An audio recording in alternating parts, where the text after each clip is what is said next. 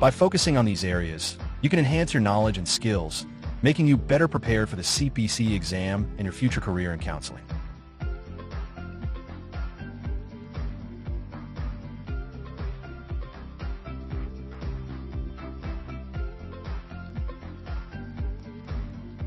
Major theoretical orientations and movements.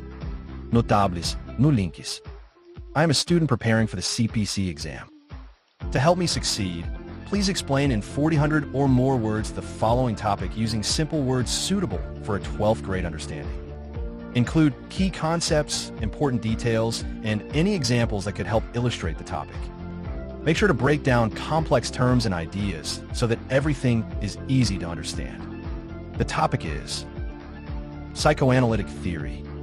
Key concepts: ID, ego, superego, unconscious, preconscious, conscious, eros, thanatos, libido, Oedipus complex, psychosexual stages, ego defense mechanisms, transference, interpretation. Psychoanalytic theory. Psychoanalytic theory, developed by Sigmund Freud in the late 19th and early 20th centuries, is a framework for understanding human behavior, thoughts, and emotions. It emphasizes the role of the unconscious mind in shaping our experiences and actions.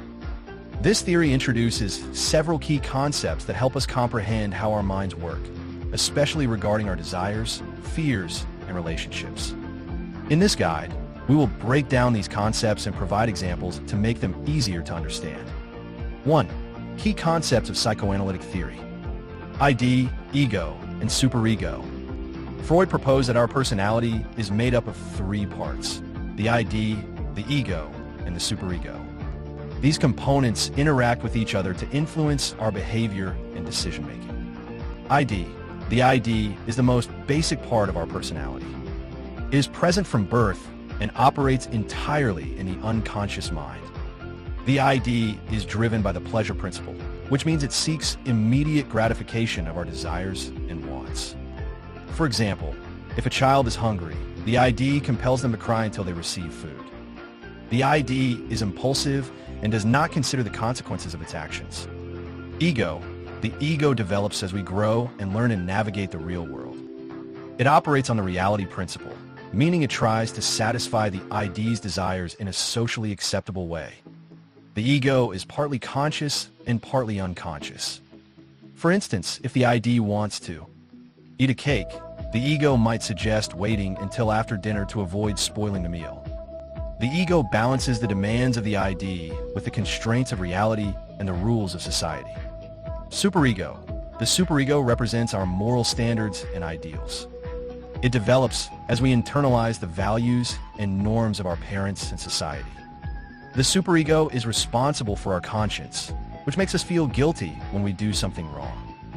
For example, if someone considers stealing, the superego might cause feelings of guilt, preventing them from acting on that impulse.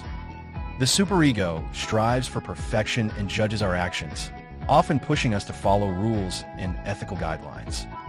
Unconscious, preconscious, and conscious mind. Freud divided the mind into three levels of awareness: the unconscious, the preconscious, and the conscious. Unconscious mind.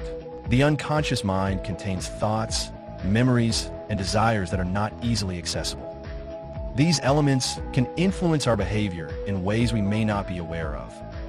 For example, someone might have a fear of dogs due to a traumatic experience in childhood that they cannot consciously recall. The unconscious mind shapes our actions and feelings, often without our knowledge. Preconscious mind. The preconscious mind holds thoughts and memories that are not currently in our awareness, but can be brought to consciousness easily. For example, if you're asked to remember your first day of school, you might not be thinking about it at that moment, but you can recall the memory when prompted. The preconscious serves as a bridge between the unconscious and conscious minds. Conscious mind. The conscious mind includes everything we are currently aware of and thinking about. This is where our active thoughts, feelings, and perceptions exist. For instance, when you're solving a math problem, you're using your conscious mind to focus on the task at hand. Eros and Thanatos. Freud believed that human behavior is driven by two primary instincts: Eros and Thanatos. Eros also known as the life instinct, represents our desire for survival, reproduction, and pleasure. It encompasses our drive for love, connection, and creativity.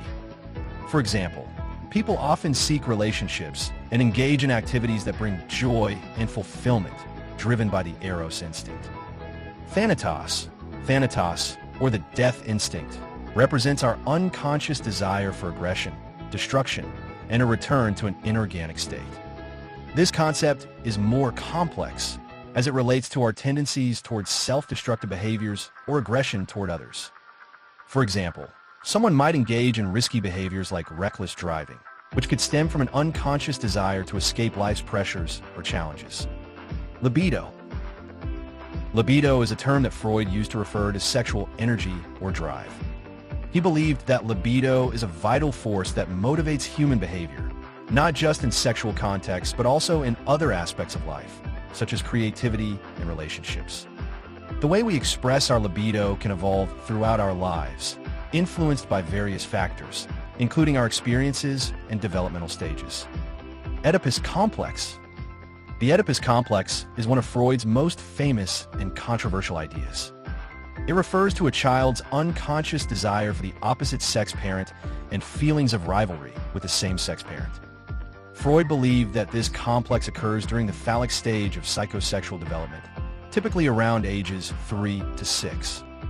For example, a young boy might develop a strong attachment to his mother and view his father as a rival for her affection. Freud suggested that resolving this complex is crucial for healthy psychological development, as it helps the child identify with the same-sex parent and develop a sense of gender identity. Psychosexual stages. Freud proposed that human development occurs in a series of stages, each characterized by a different focus of pleasure and conflict. These stages are: 1. Oral stage. In this stage, an infant's pleasure centers around the mouth. Activities like sucking and biting are essential for feeding and comfort. Fixation at this stage may lead to issues like dependency or aggression in adulthood. 2. Anal stage. During the anal stage, the focus shifts to controlling bladder and bowel movements. Toilet training is a significant event, and how parents handle this can impact the child's personality. For instance, overly strict toilet training may lead to an anal retentive personality, characterized by orderliness and stubbornness. 3. Phallic stage. In this stage, children become aware of their bodies and develop feelings for the opposite sex parent, as described in the Oedipus complex. Boys may experience castration anxiety, while girls may experience penis envy. Successful resolution leads to identification with the same-sex parent and the development of a mature sexual identity. 4. Latency stage. This stage is characterized by a period of sexual calm. Children focus on developing skills, friendships, and intellectual pursuits rather than sexual interests. It is a time for learning and socialization. 5. Genital stage. The final stage is marked by the emergence of mature sexual relationships. Adolescents begin to explore romantic relationships and develop a sense of balance between their desires and societal expectations. Successful navigation of this stage results in healthy relationships and a well-adjusted adulthood. Ego defense mechanisms. Freud identified several defense mechanisms that the ego uses to protect itself from anxiety and conflict. These mechanisms help individuals cope with stress and maintain psychological stability. Some common defense mechanisms include repression. This involves pushing uncomfortable thoughts or memories into the unconscious mind. For example, someone may repress memories of a traumatic event, which can lead to anxiety or emotional issues later on. Denial. Denial involves refusing to accept reality or the truth of a situation. For instance, a person who is struggling with addiction may deny they have a problem, even when evidence suggests otherwise. Projection. Projection involves attributing one's own unacceptable thoughts or feelings to someone else. For example, if someone feels angry but cannot express it, they might accuse others of being hostile. Displacement. Displacement involves redirecting emotions from the original source to a safer target. For example, someone who is angry at their boss might come home and take out their frustration on their family. Rationalization. This defense mechanism involves justifying behavior or thoughts with logical reasons, even if they are not the true motivations. For instance, a student who fails an exam might blame the teacher's unfair grading instead of acknowledging their lack of preparation. Transference. Transference is a phenomenon that occurs in therapy when a patient unconsciously redirects feelings and attitude from past relationships onto the therapist. This can include emotions like love, anger, or dependency. For example, a patient who had a strict father might see their therapist as a parental figure and react to them in similar ways. Recognizing transference can be a valuable tool in therapy, as it helps patients understand their feelings and relationships more deeply. Interpretation. Interpretation is a technique used by therapists to help patients understand the meaning of their thoughts, feelings, and behaviors. Freud believed that dreams, slips of the tongue, and free associations could reveal insights into the unconscious mind. For instance, if a patient frequently dreams about falling, a therapist might interpret this as a fear of loss of control in their life. Through interpretation, individuals can gain insight into their motivations and make sense of their experiences. 2. Examples to illustrate key concepts. Example of ID, ego, and superego. Imagine a scenario where a student is studying for an important exam. ID. The student feels a strong urge to go out with friends instead of studying. The ID pushes them to think only about immediate pleasure and fun. Ego. The ego steps in to find a balance. It recognizes the desire to have fun, but also acknowledges the importance of studying for the exam. The ego might suggest that the student can go out for a short time, but should return home to study afterward. Superego. The superego brings in moral considerations. It might remind the student of the values instilled by their parents about responsibility and the importance of education. The superego may create feelings of guilt if the student chooses to neglect studying. Example of the Oedipus complex. Consider a young boy named Alex who is about 4 years old. He has a close relationship with his mother, often seeking her attention and affection. At the same time, he sees his father as a rival for her love. Alex might express jealousy when his mother hugs his father, feeling a strong desire to be the center of her world. This dynamic illustrates the Oedipus complex, where Alex's feelings toward his parents create internal conflict. Example of ego defense mechanisms. Let's take the example of Sarah, who has been working hard at her job, but feels anxious about her performance. Repression. Sarah may unconsciously push away thoughts of her anxiety, convincing herself that everything is fine even when she feels overwhelmed. Denial. When her friends ask her how work is going, she insists that she loves her job and that there's nothing to worry about, even though she feels stressed. Projection. If Sarah feels insecure about her performance, she might accuse her colleagues of being jealous of her success, projecting her own insecurities onto them. Displacement. After receiving criticism from her boss, Sarah might come home and snap at her partner over something trivial, displacing her frustration. Rationalization. If Sarah misses a deadline, she might rationalize it by saying that the work environment is too chaotic and that it's not her fault. Example of transference. During therapy, a patient named Mark may start to feel an intense connection with his therapist, viewing her as a maternal figure. He might find himself reacting to her in ways that reflect his feelings toward his own mother, such as seeking approval or feeling angry when he perceives criticism. Recognizing this transference helps Mark explore unresolved feelings from his childhood. Example of interpretation. In therapy, a client named Lily shares a recurring dream where she is lost in a maze. The therapist interprets this dream as a representation of Lily's feelings of confusion and lack of direction in her life. By discussing the dream, they can explore her feelings about her career choices and relationships, helping her gain clarity and insight into her situation. Conclusion. Psychoanalytic theory provides a rich framework for understanding the complexities of human behavior and the mind. By exploring key concepts such as the ID, ego and superego, the unconscious mind, eros and thanatos, the Oedipus complex psychosexual stages, ego defense mechanisms, transference, and interpretation, we can gain valuable insights into our motivations, fears, and relationships.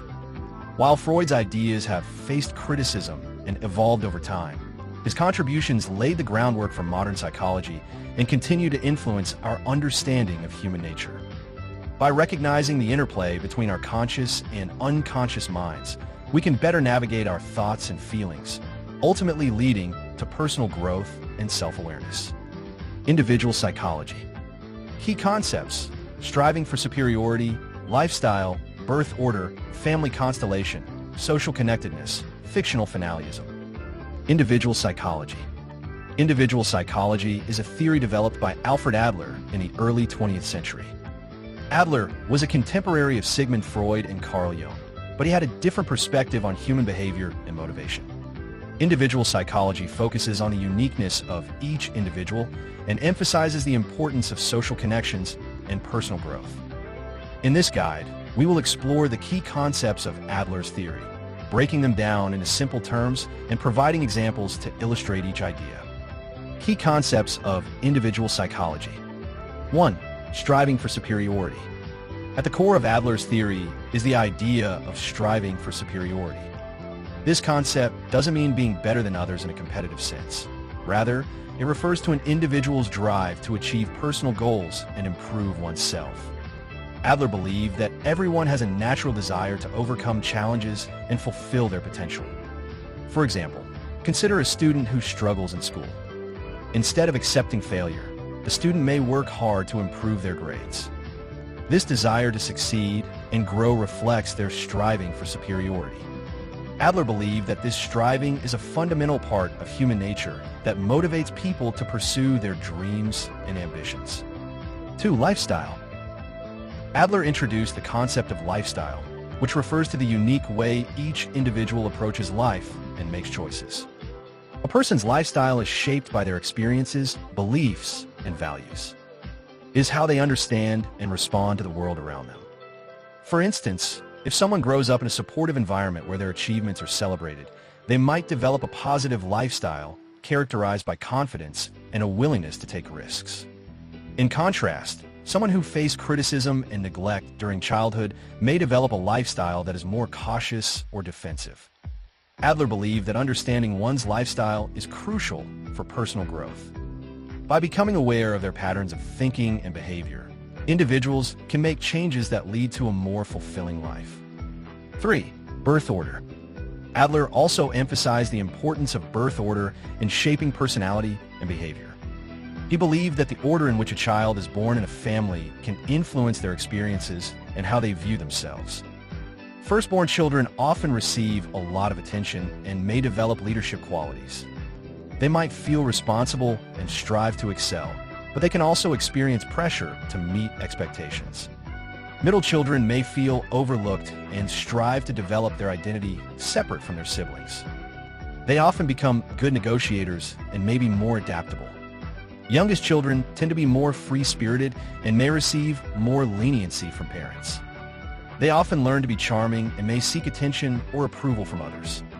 Only children may develop traits similar to firstborns, as they often receive undivided attention and may struggle with social skills due to less interaction with siblings. Understanding birth order can help individuals recognize patterns in their behavior and relationships, leading to greater self-awareness. 4. Family constellation. Family constellation refers to the overall dynamics and relationships within a family. Adler believed that these dynamics play a crucial role in shaping an individual's personality and lifestyle. For example, a child in a nurturing environment where parents communicate effectively and support each other may develop a strong sense of self-worth. In contrast, a child in a chaotic or dysfunctional family might struggle with feelings of inadequacy or insecurity. Adler emphasized that understanding one's family constellation can provide insights into personal challenges and motivations. By examining family roles and relationships, individuals can identify areas for growth and healing. 5. Social connectedness.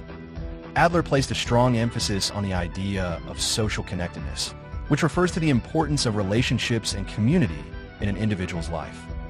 He believed that humans are inherently social beings who thrive on connections with others. Healthy relationships contribute to a sense of belonging and fulfillment.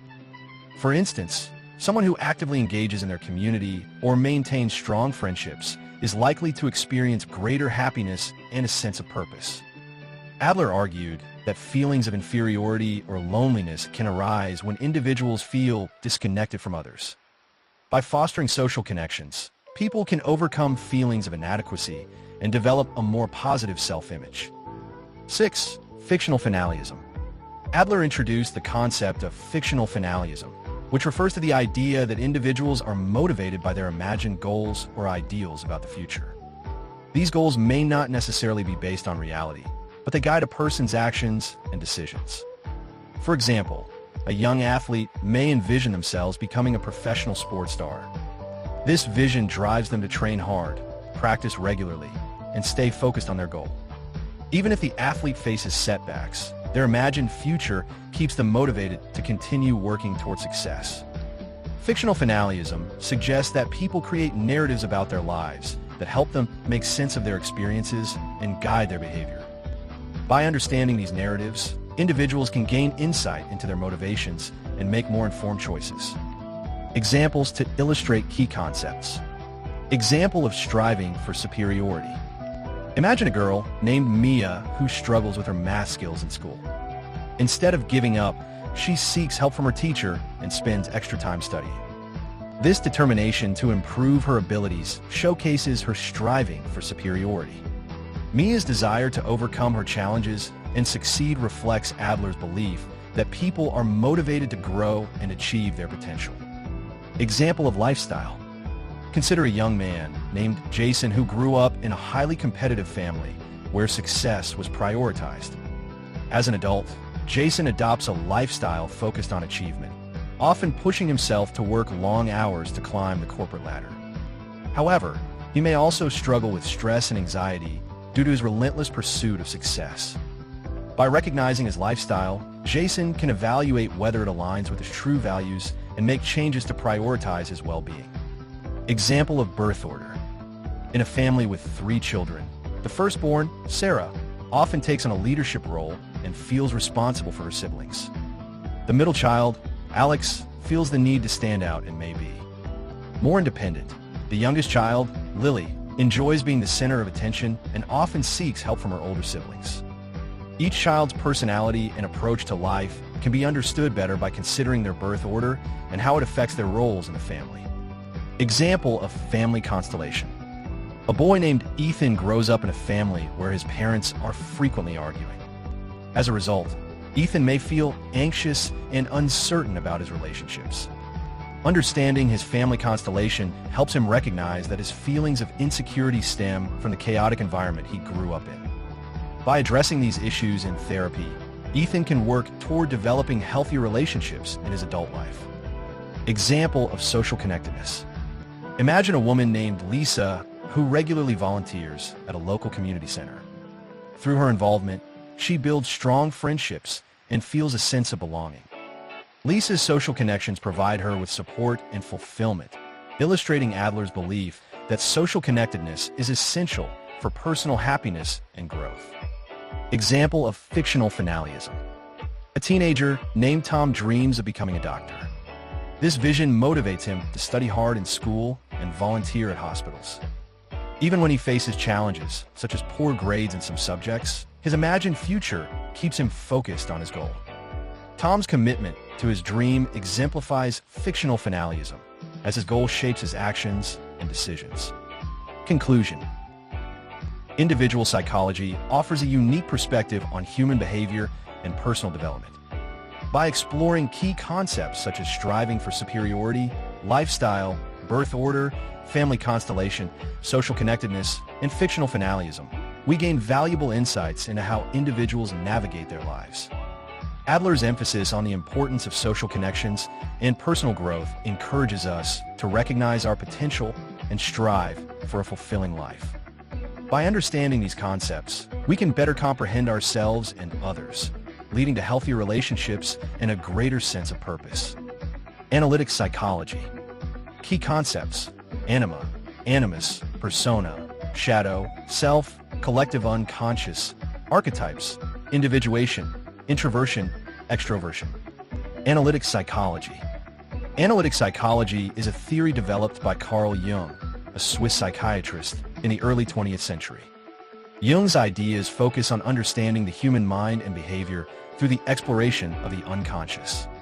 He believed that our thoughts, feelings, and actions are influenced by deeper layers of the psyche. This guide will break down the key concepts of Jung's analytic psychology in simple terms, providing examples to help illustrate each idea. Key concepts of analytic psychology. 1. Anima and animus. Jung introduced the concepts of anima and animus to describe the feminine and masculine aspects within each person, regardless of their biological sex. Anima. The anima represents the feminine qualities within a man. It includes traits such as intuition, empathy, and emotional sensitivity. For example, a man who is in touch with his anima might express his feelings openly, appreciate beauty, and connect deeply with others. Animus.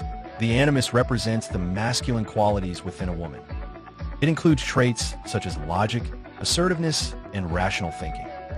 For instance, a woman who embraces her animus may be confident in her decisions, assert her opinions, and approach problems with analytical thinking.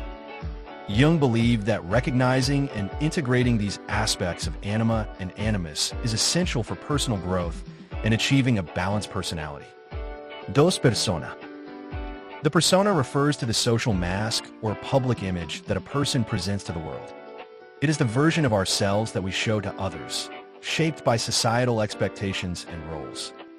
For example, a student may act differently at school, where they are expected to be disciplined, compared to at home, where they can be more relaxed. While the persona helps individuals navigate social interactions, it can also create a disconnect from one's true self. If someone relies too heavily on their persona, they may lose touch with their authentic feelings and desires. Jung believed that understanding and integrating a persona is crucial for personal development. 3. Shadow. The shadow represents the darker, hidden aspects of the personality that individuals often suppress or ignore. It includes traits, impulses, and emotions that are socially unacceptable or undesirable. For example, someone may have feelings of anger or jealousy that they do not want to acknowledge.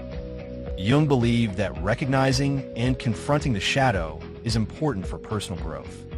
By integrating these hidden aspects, individuals can gain a better understanding of themselves and become more whole.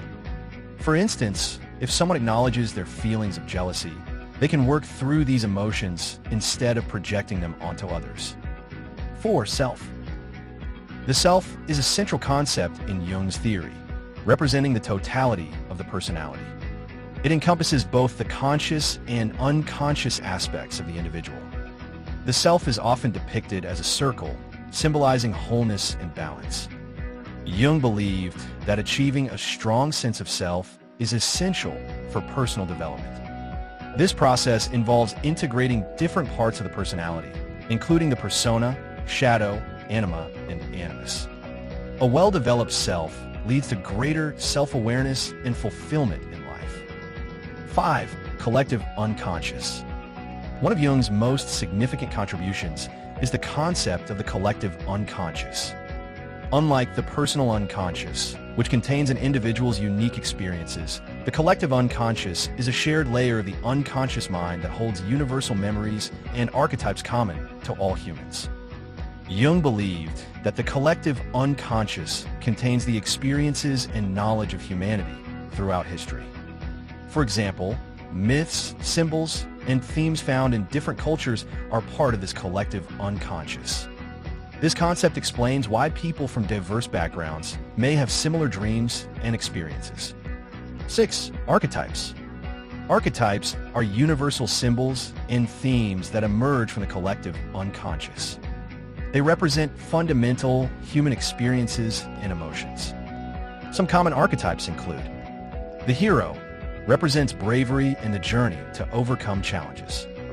For example, in many stories, the hero faces trials and ultimately grows stronger.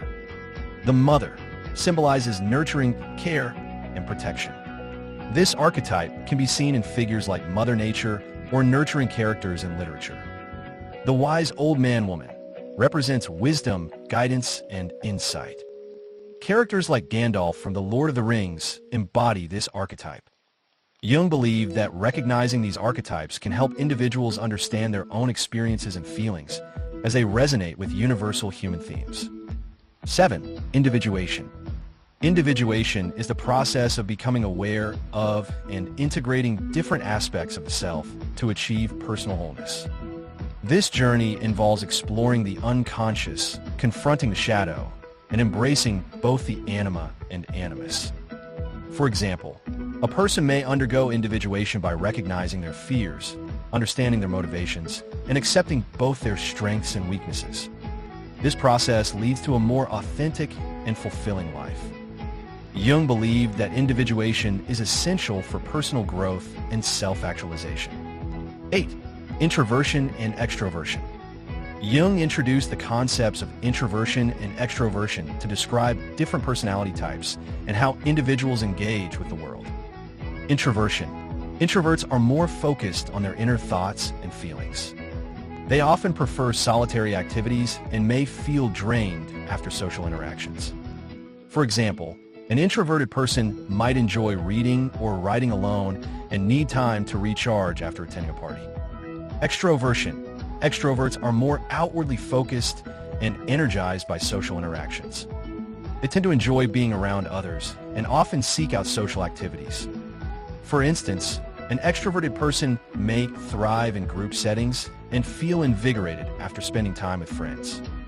Jung believed that everyone has both introverted and extroverted tendencies, but individuals typically lean more toward one side. Understanding these personality traits can help individuals navigate their relationships and environments more effectively. Examples to illustrate key concepts. Example of anima and animus. Consider a young man named David. He has always been practical and logical, focusing on his career. However, he struggles with expressing his emotions and connecting with others. By recognizing and embracing his anima, David starts to explore his feelings and becomes more open, ultimately leading to healthier relationships. On the other hand, think of a woman named Emily. She is nurturing and empathetic, but often doubts her abilities in her career. By acknowledging her animus, Emily learns to assert herself and take charge in professional situations, boosting her confidence. Example of persona. Imagine a teenager named Alex who feels pressure to fit in at school. He adopts a persona of being carefree and popular, even though he feels anxious and unsure inside. Over time, Alex realizes that this persona is not who he truly is. By exploring his authentic self, he learns to express his genuine interests and connect with others on a deeper level, finding true friendships. Example of shadow. Consider a woman named Sarah who often feels frustrated with her colleagues. She initially projects her irritation onto them, blaming them for her feelings. However, through self-reflection, she recognizes that her shadow includes her own insecurities about her work performance. By acknowledging these feelings, Sarah can address her frustrations constructively and improve her work relationships. Example of self. Think of a man named John who has spent years pursuing success in his career but feels unfulfilled. By exploring different aspects of himself, including his passions and relationships, John starts to integrate these elements into his life. Through this process of individuation, he develops a stronger sense of self, leading to greater satisfaction and happiness. Example of collective unconscious. Imagine a child named Mia who loves stories about heroes and mythical creatures. Without any exposure to different cultures, she creates her own tales that mirror themes found in ancient myths. This reflects the influence of the collective unconscious, as Mia taps into universal motifs that resonate with people across time and space. Example of archetypes.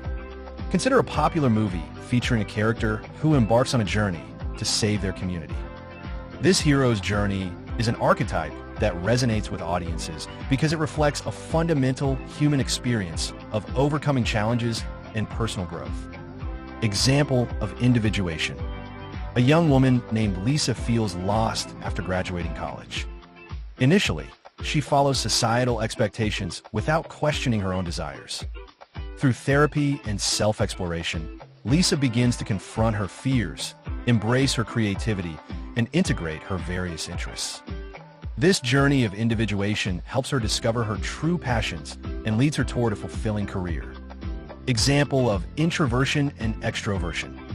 Think of a student named Michael who enjoys quiet evenings spent reading or drawing. He often feels exhausted after attending social events. This indicates his introverted nature. In contrast, his friend Jessica thrives in social settings, often organizing gatherings and enjoying the energy of large groups. Understanding their differences allows both Michael and Jessica to appreciate their unique personalities and find balance in their friendship. Conclusion. Analytic psychology, as developed by Carl Jung, offers valuable insights into the complexities of the human psyche.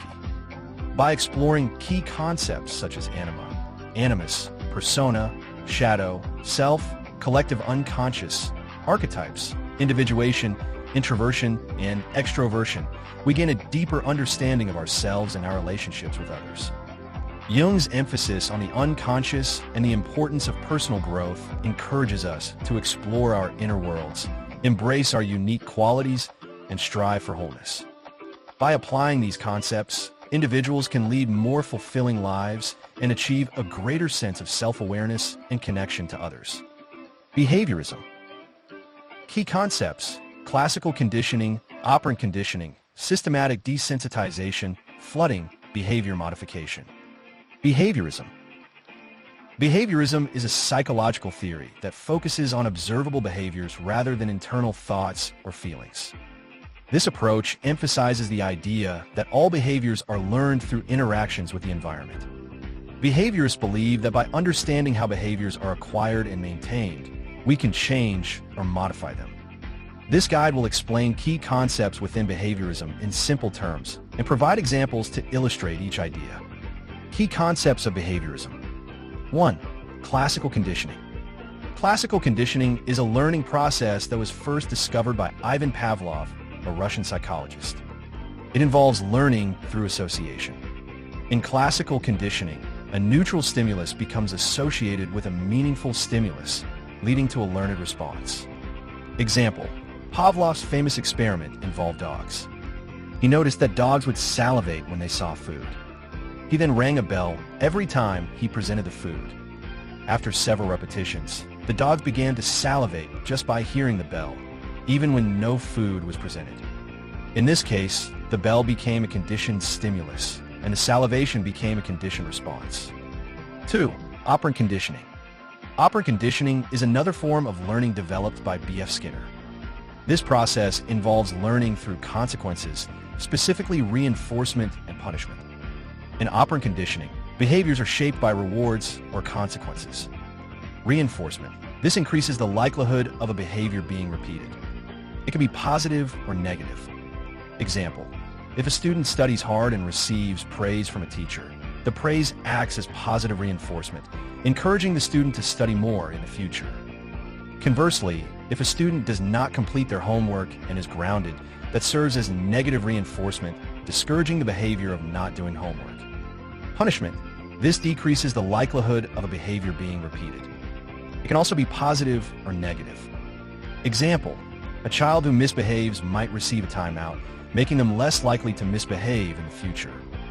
On the other hand, if a teenager who frequently comes home late loses privileges, such as going out with friends, that also discourages the unwanted behavior. 3. Systematic desensitization. Systematic desensitization is a therapeutic technique used to help individuals overcome phobias or anxiety. This process involves gradually exposing the person to the feared object or situation while teaching them relaxation techniques. Example: suppose someone is afraid of dogs. In systematic desensitization, the therapist would first help the person learn relaxation techniques, such as deep breathing. Then, they might start by showing pictures of dogs, which is a less threatening exposure.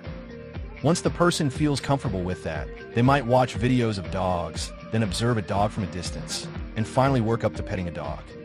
This gradual exposure helps reduce anxiety and fear. 4. Flooding. Flooding is another technique used to treat phobias and anxiety. but it is more intense than systematic desensitization. In flooding, the individual is exposed to their feared object or situation all at once, rather than gradually. Example, if someone has a fear of heights, flooding might involve taking them to the top of a tall building and having them look down. The idea behind flooding is that by confronting the fear directly and experiencing it in a controlled environment, the individual will realize that their fear is irrational and that they can cope with it. Over time, this exposure may help reduce the fear response. 5. Behavior modification. Behavior modification is a process that uses principles from behaviorism to change specific behaviors. This approach is often used in educational and therapeutic settings to help individuals develop new skills or reduce unwanted behaviors. Example, in a classroom, a teacher might implement a token system as a form of behavior modification. Students earn tokens for positive behaviors, such as completing assignments or helping others. Once they accumulate enough tokens, they can exchange them for a reward, such as extra recess time or a small prize. This system reinforces positive behavior and encourages students to engage in desirable actions. Conclusion. Behaviorism offers valuable insights into how we learn and change behaviors. By focusing on observable actions and the environmental factors that influence them, behaviorists have developed effective techniques for teaching, therapy, and behavior modification. Key concepts such as classical conditioning, operant conditioning, systematic desensitization, flooding, and behavior modification provide a framework for understanding how behaviors are formed and how they can be changed. By applying these principles, we can improve learning, overcome fears, and develop healthier habits. Transactional analysis. Key concepts: ego states, transactions, life positions, games people play. Transactional analysis. Transactional analysis is a psychological theory developed by Eric Berne in the 1950s. It focuses on understanding how individuals communicate and interact with one another. TA is based on the idea that our personalities are made up of different ego states, which influence our thoughts, feelings, and behaviors. By understanding these ego states and how they interact in transactions, we can improve our communication and relationships. This guide will break down the key concepts of TA in simple terms, with examples to illustrate each idea. Key concepts of transactional analysis. 1. Ego states. Ego states are distinct parts of our personality that influence how we think, feel, and behave in different situations. According to Berne, there are 3 primary ego states: parent, adult, and child. Each of these states represents a different way of interacting with the world. Parent. The parent ego state is made up of rules, beliefs, and attitudes that we have learned from authority figures, such as parents, teachers, and society. It can be nurturing or critical. Example, when someone says, "You should always do your best," they're speaking from their parent ego state, reflecting the values and beliefs they learned from others. Adult. The adult ego state is rational and objective. It focuses on the present moment and uses logic and reasoning to make decisions. The adult state helps us analyze situations and respond appropriately based on facts rather than emotions or past experiences. Example, if someone assesses a problem by gathering information and considering possible solutions, they are operating from their adult ego state. Child. The child ego state represents our feelings, instincts, and creativity. It encompasses the emotions and experiences from our childhood, both positive and negative. The child can be playful and spontaneous or vulnerable and needy. Example, when someone feels excited about a new experience like going to an amusement park, they're likely expressing their child state, reflecting the joy and wonder of childhood. 2. Transactions. Transactions refer to the interactions between people, which can involve communication between different ego states. Understanding transactions helps us see how people relate to one another in conversations and relationships. There are 3 types of transactions. Complementary transactions. These occur when the sender and receiver communicate from matching ego states.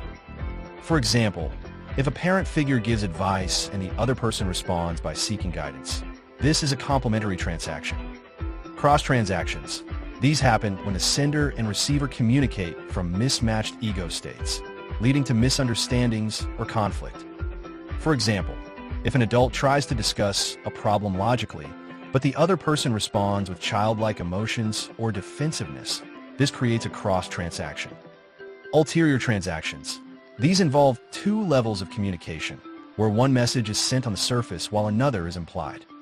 For example, if someone says, "Nice job on that project," but their tone suggests sarcasm, they're using ulterior transactions, where the hidden message may be critical rather than supportive. 3.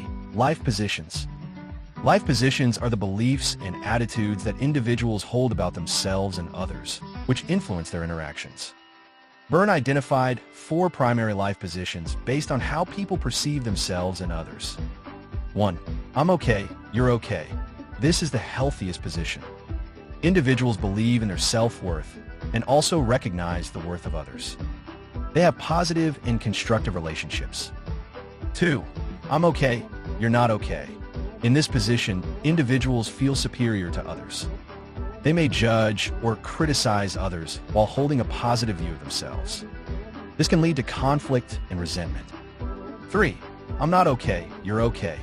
Here, individuals feel inferior or unworthy. They may put others on a pedestal and struggle with self-esteem. This position often leads to submissive behavior and a lack of assertiveness. 4. I'm not okay, you're not okay.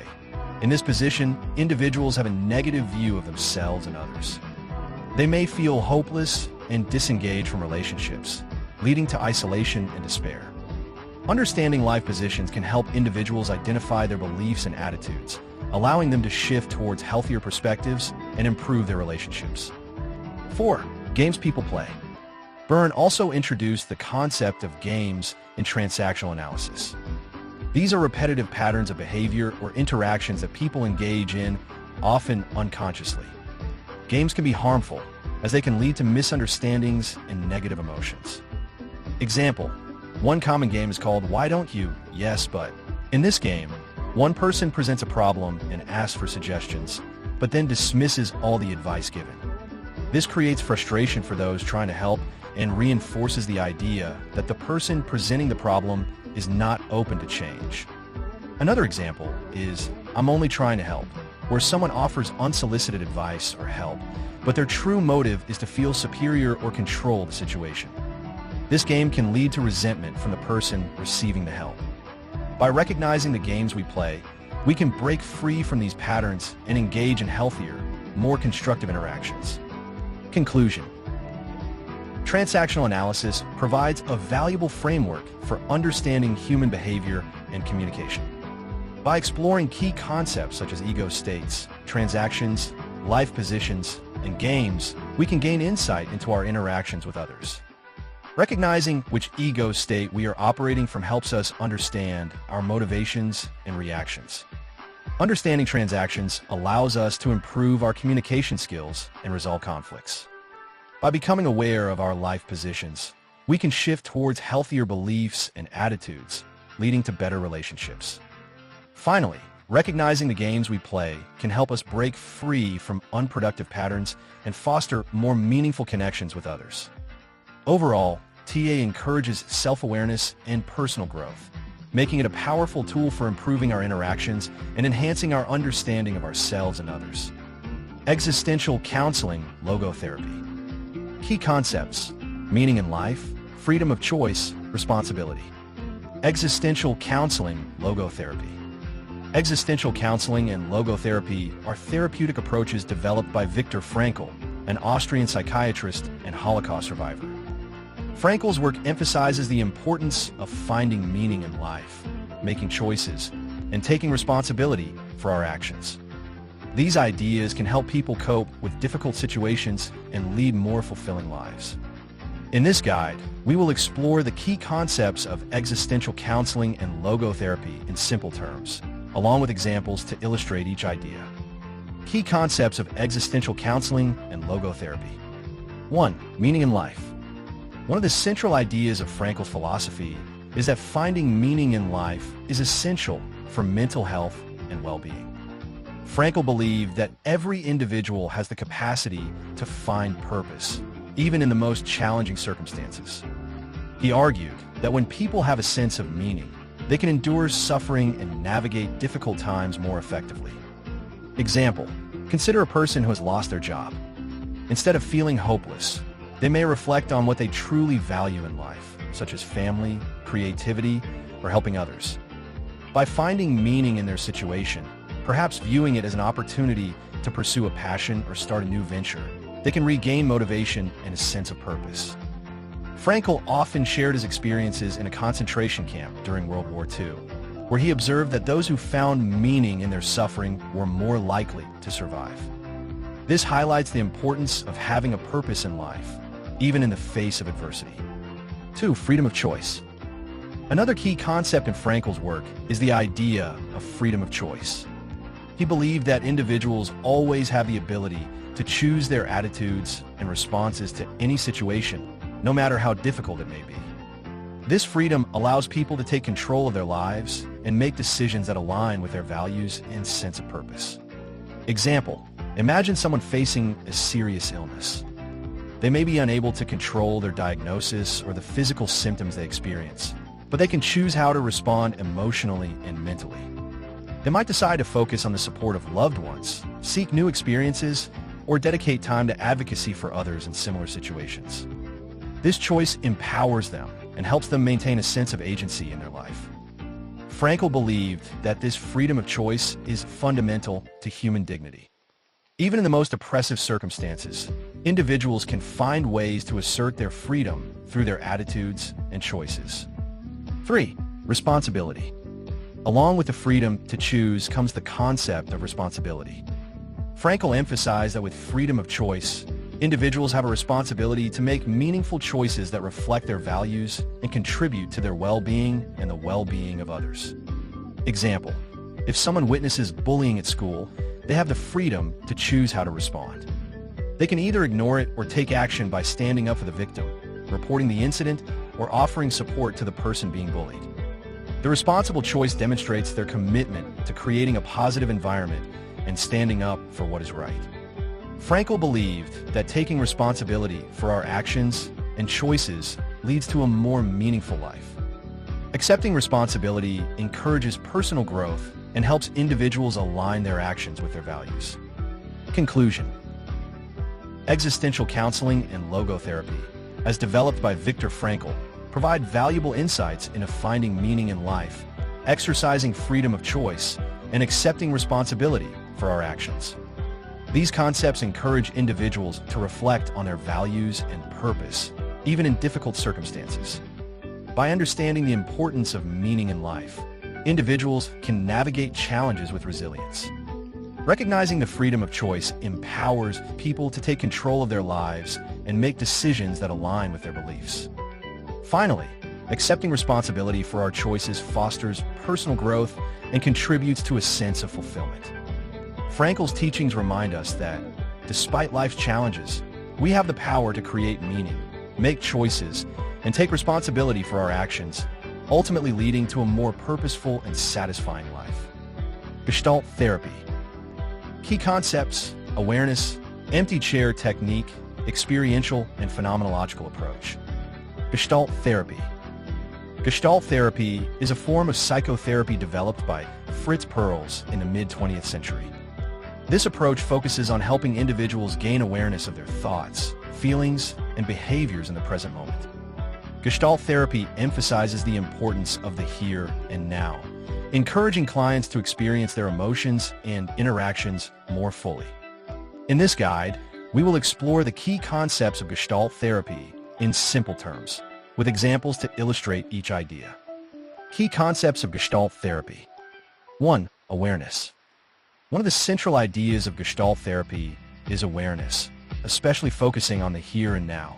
This means paying attention to what is happening in the present moment rather than dwelling on the past or worrying about the future. Awareness involves recognizing your feelings, thoughts, and bodily sensations as they occur. Example, imagine someone who feels anxious about an upcoming exam. Instead of ruminating on past failures or worrying about future outcomes, a Gestalt therapist would encourage them to focus on their current feelings of anxiety. They might ask the client to notice where they feel the tension in their body or what thoughts are racing through their mind right now. This practice helps the individual become more aware of their emotional state and how it affects their behavior. By cultivating awareness, clients can better understand their reactions and gain insights into their patterns of behavior, leading to personal growth and change. Deux empty chair technique. The empty chair technique is a powerful tool used in Gestalt therapy to help clients express and confront their feelings. In this technique, a client imagines that a person is sitting in an empty chair across from them. The client then engages in a conversation with this imagined person, expressing their thoughts, feelings, and unresolved issues. Example: suppose someone has unresolved feelings about a parent who has passed away. During a therapy session, the therapist might set up an empty chair and ask the client to imagine their parent sitting there. The client could then express their feelings of anger, sadness, or love directly to the empty chair. After speaking, the therapist may encourage the client to switch roles and respond as their parent, helping them explore the situation from another perspective. This technique allows clients to process emotions, gain clarity about their relationships, and develop a deeper understanding of their feelings. It can be especially effective for addressing unresolved conflicts or expressing emotions that are difficult to articulate. 3. Experiential and phenomenological approach. Gestalt therapy takes an experiential and phenomenological approach to therapy. Experiential approach. This means that therapy focuses on direct experiences rather than just talking about problems. Clients are encouraged to engage with their feelings and behaviors in the present moment. This experiential focus helps individuals connect with their emotions and gain insights through action and awareness. Example: in a therapy session, a client might be asked to act out a situation that makes them uncomfortable, such as a conflict with a friend. By physically reenacting the scenario, the client can better understand their feelings and reactions, leading to new insights and ways to approach the situation. Phenomenological approach. This aspect emphasizes understanding each person's unique perspective and experience. Therapists strive to understand how clients perceive their world and their feelings without judgment. Example: if a client shares that they feel misunderstood by others, the therapist would listen attentively and try to understand the client's perspective without imposing their own views. This approach validates the client's feelings and helps them explore their experiences more deeply. By combining experiential and phenomenological approaches, Gestalt therapy encourages clients to engage with their emotions and experiences in a supportive environment, fostering personal growth and self-awareness. Conclusion: Gestalt therapy, developed by Fritz Perls, offers a unique approach to psychotherapy that emphasizes awareness in the present moment, the use of techniques like the empty chair technique, and a focus on experiential and phenomenological understanding. By cultivating awareness, clients can better understand their feelings and behaviors. The empty chair technique provides a powerful way to express and process emotions, while the experiential and phenomenological approaches help individuals to connect with their unique experiences without judgment. Overall, Gestalt therapy encourages individuals to embrace their feelings, enhance their self-awareness, and take responsibility for their thoughts and actions, leading to a more fulfilling and authentic life. Reality therapy key concepts: basic needs, choice theory, a focus on present identity. Reality therapy. Reality therapy is a therapeutic approach developed by William Glasser in the 1960s. This method focuses on helping individuals take control of their lives by making choices that fulfill their basic needs and improve their well-being.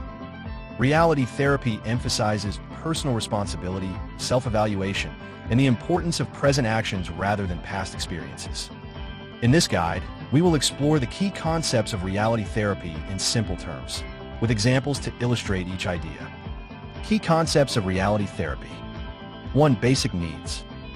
According to Glasser, all humans have certain basic needs that must be met to achieve mental and emotional well-being.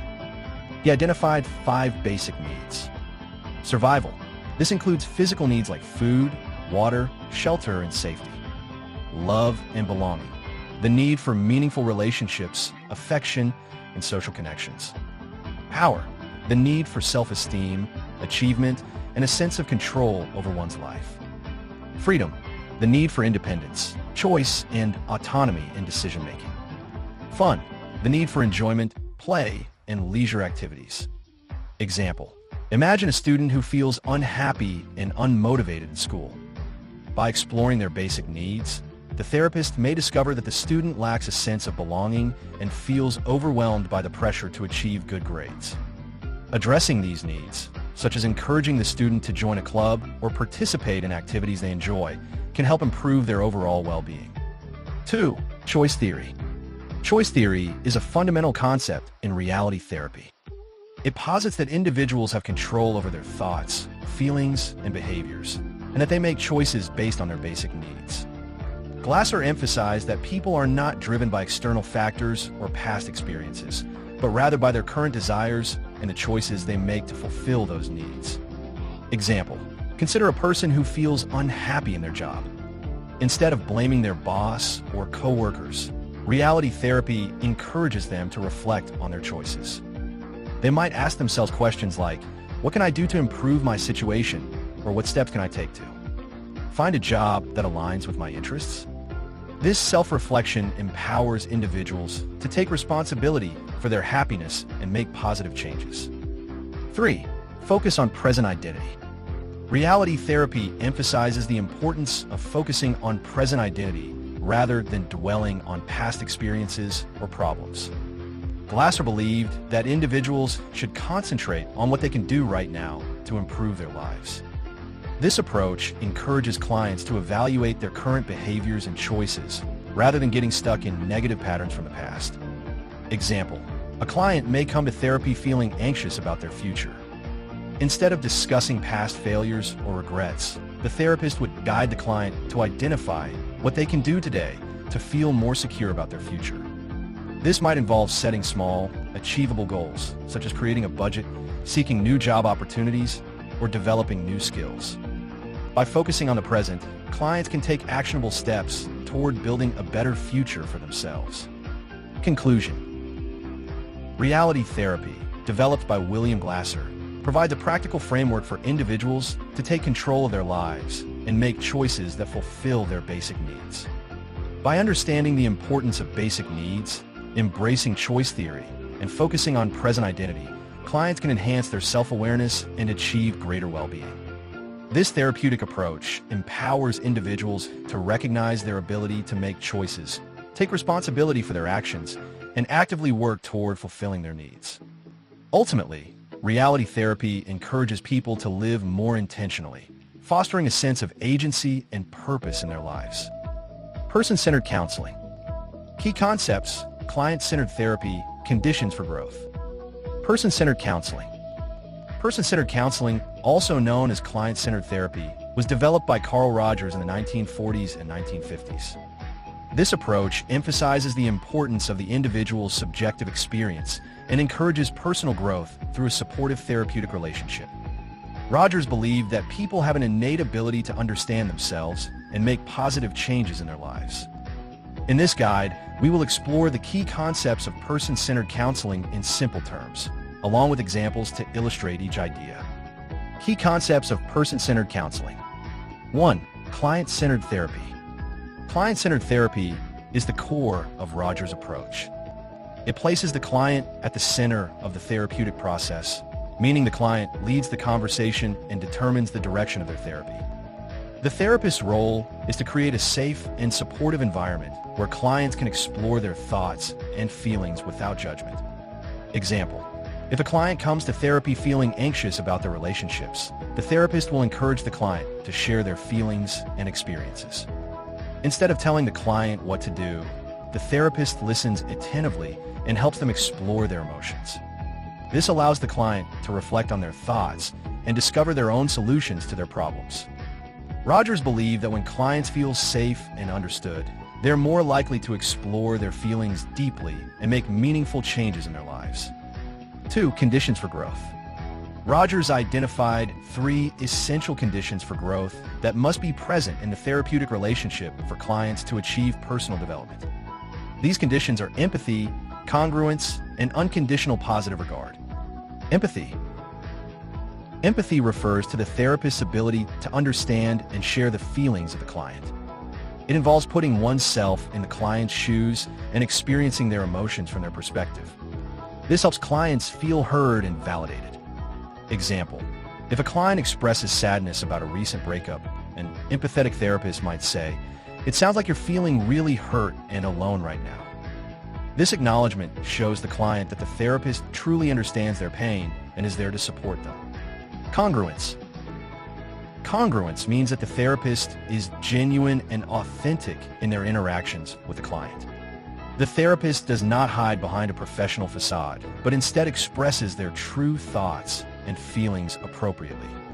This openness fosters trust and encourages clients to be honest about their own feelings.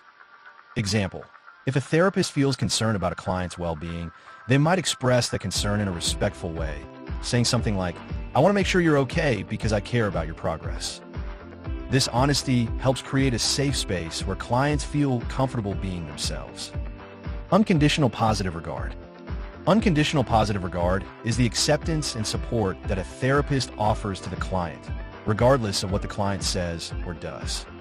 It means valuing the client as a person without judgment or conditions.